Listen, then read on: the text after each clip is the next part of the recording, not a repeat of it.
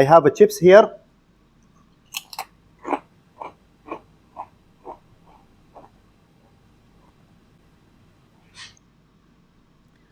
Density and porosity play an important role in food.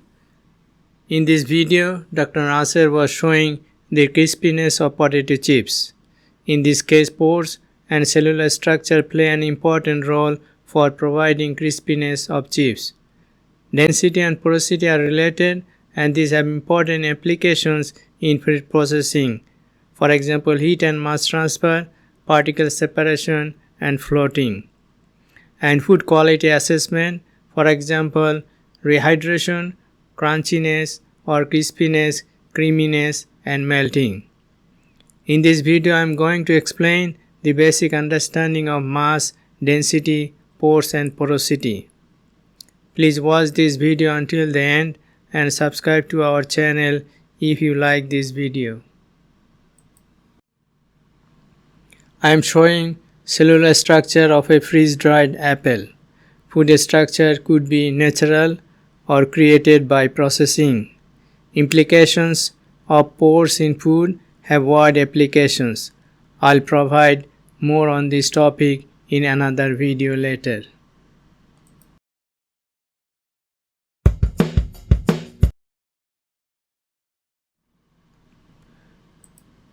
Mass is defined as the amount of matter in an object. It is important to distinguish between mass and weight. Weight is defined as the force acting on an object by gravity.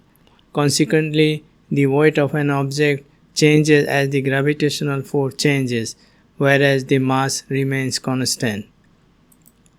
Volume is defined as the space occupied by an object, and density is one of the most important structural properties and is widely used in process calculations.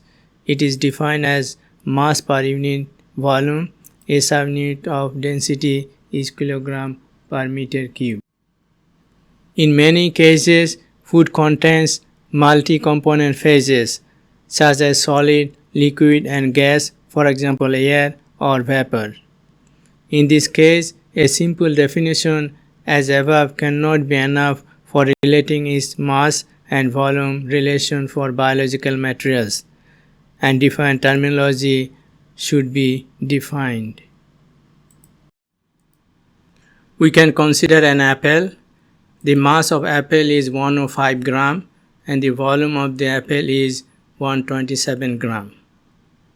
Density is defined as the mass per unit volume, and we can calculate the density as 0.8268 gram per centimeter cube or 826.8 kg per meter cube. Now we can define this density as apparent density since all pores inside the apple are considered. Therefore, we need to have a clear understanding of different types of pores in defining different types of density.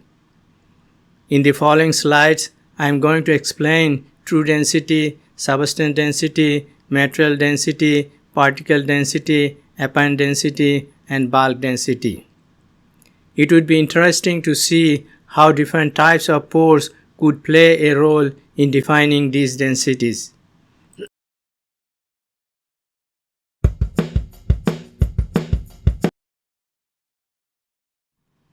Food materials commonly have major three phases, that is solid phase, liquid phase, vapor, gaseous or void phases. And these are major factors affecting density and porosity of food. These are enclosed within their geometric boundary and phase indicates a clear boundary. In this diagram we can see solid, liquid and gaseous phases. Solid phase could have different degrees of hydration and liquid droplet phase could have a clear boundary. First, we need to understand different types of pores. Solid matrix could have adsorbed or capillary water. Liquid phase, for example fat or liquid droplet, could exist with a clear boundary. Different types of pores we could observe. These are open pores, closed pores, and interconnected pores. In the next slides, I am going to explain these types of pore. Solid matrix could have adsorbed water or capillary water. Liquid phase, for example fat or liquid water, could exist as droplets with a clear boundary. Closed pores are enclosed by liquid or solid phase, and these are not connected to the geometric boundary of a material. Open pores are connected to the exterior geometric boundary of a material. Interconnected pores are connected to other open pores, and these are not connected to the exterior geometric boundary of a material.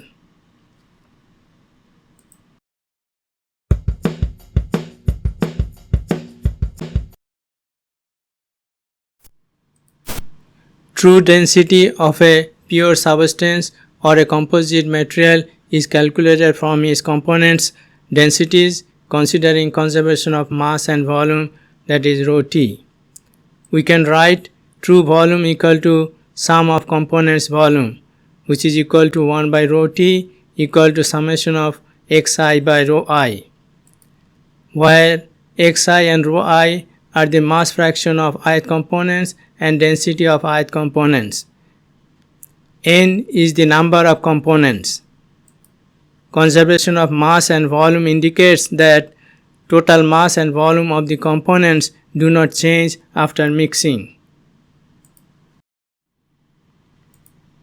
Substance density is defined as the density of all components excluding water and no pores, that is rho S. This means no open pores, no closed pores, and no interconnected pores, and excluding water. That is completely dried sample. Material density is measured when a material has been thoroughly broken into small particles, enough to guarantee that no open and closed pores remain, that is rho m.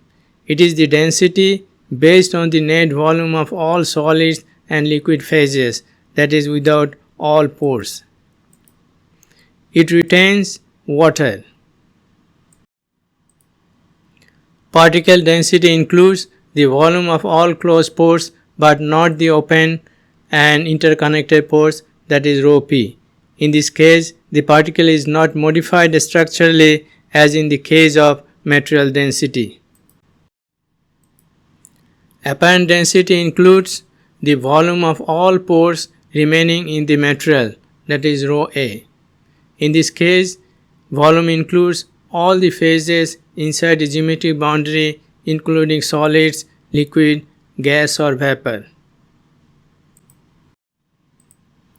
Bulk density of a material is defined when it is packed or stacked in bulk, that is rho b.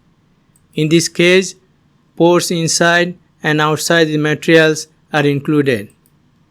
Factors affecting bulk densities are geometry, size and shape of a material, filling method, that is tapping or pressing by force, surface characteristics, that is attraction or repulsion force of the individual particles, conditions of the inside of the storage vessel.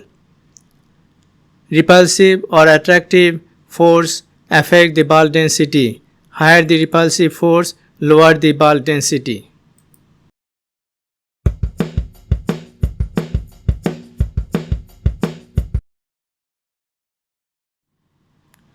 Porosity is commonly used in food science and engineering.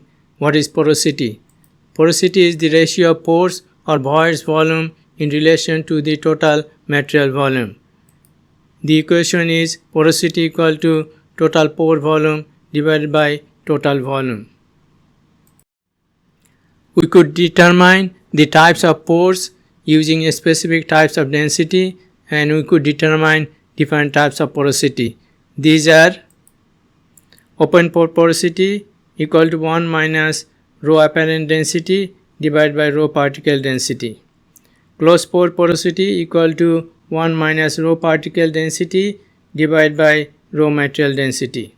Apparent pore porosity equal to 1 minus rho apparent density divided by raw material density, which is equal to open pore porosity and closed pore porosity. Bulk porosity equal to 1 minus bulk density divided by apparent density. Bulk particle porosity equal to bulk porosity plus open pore porosity. Total porosity equal to apparent porosity plus bulk porosity, which is equal to open pore porosity, closed pore porosity and bulk porosity. Now we could summarize different types of density. True density based on composition. Substance density, no water, no pores.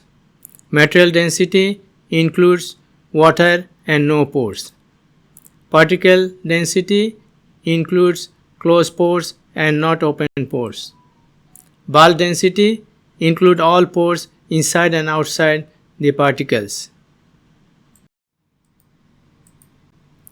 I would like to thank you for watching this video until the end, and please subscribe to our channel if you like this video.